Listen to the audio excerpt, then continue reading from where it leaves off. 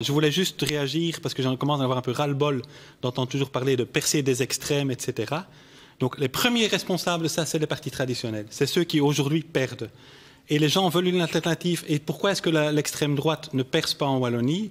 Parce qu'il y a le PTB, effectivement, pour capter ça. Et le PTB est un parti démocratique. Et je pense que ça ne va pas de toujours parler de percer des extrêmes et que la démocratie est en danger et blablabla. J'aimerais bien que les partis traditionnels fassent leur autocritique alors là-dessus.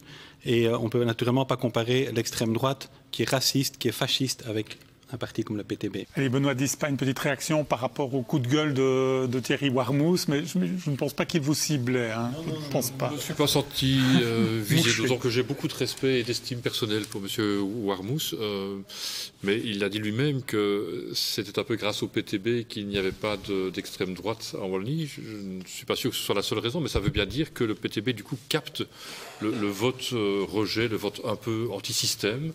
À mon avis, c'est un des éléments explicatifs de la progression du PTB, ajouté aux difficultés sociales sur lesquelles vous insistez souvent à juste titre. Donc voilà, il n'empêche que, sans du tout remettre en question le caractère démocratique de votre engagement, c'est vrai que vous avez une position radicale.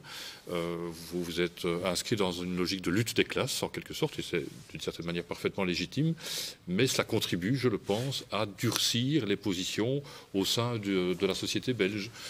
Et personnellement, ce n'est pas le choix que je fais. Je suis davantage dans une approche où on essaie de dépasser les antagonismes, de rapprocher les points de vue, de favoriser les convergences, plutôt que d'être dans des affrontements, parce que les affrontements, finalement, ne permettent à personne de gagner. Il n'y a que des perdants qui en ressortent.